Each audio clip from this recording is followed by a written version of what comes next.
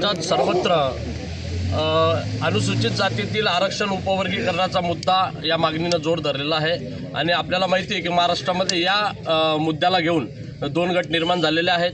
या महाराष्ट्रामध्ये सध्या अस्तित्वात असलेलं जे काही भाजप सरकार आहे या सरकारने अनुसूचित जातीमध्ये उपवर्गीकरणाचा जो कट रचलेला आहे तो कदापि या ठिकाणी बौद्ध समाज आणि अनुसूचित जातीतील ज्या 57-58 जाती आहेत त्या कदापि त्यांचा डाव यशस्वी होऊ देणार नाही। आज आम्ही भुसावळ शहराच्या वतीनं त्या ठिकाणी कृती समितीच्या माध्यमातून भुसावळ शहरातील सर्वच समाज बांधवांच्या उपस्थितीमध्ये या ठिकाणी बैठक आयोजित केलेली होती आणि या बैठकीच्या अंती दिनांक 22 जुलै रोजी दुपारी 1 वाजता नाहटा कॉलेजपासून तर उपविभागीय कार्यालयापर्यंत या ठिकाणी भव्य अशा मोर्चाचं आयोजन आम्ही केलेलं आहे।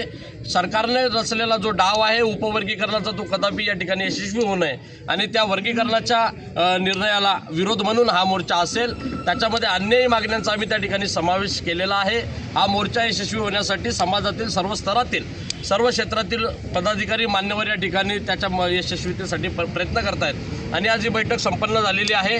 तर मी आपल्या माध्यमातून भुसावळ शहरातील तमाम आंबेडकरवादी आणि संविधानवादी नागरिकांना या ठिकाणी आव्हान करतो, आपण दिनांक 22 जुलै रोजी दुपारी 1 वाजता नाहटा कॉलेज या ठिकाणी मोठ्या संख्येनं लाखोच्या संख्येने या ठिकाणी एकत्र येऊन या सरकारने जो काही या ठिकाणी वर्गीकरणाचा घाट घातलेला आहे त्यांचा हा घाट उद्ध्वस्त करण्यासाठी आपण सर्वांनी एकत्र यायचं आहे आणि मोठ्या संख्येनं हा मोर्चा यशस्वी करायचा आहे। धन्यवाद।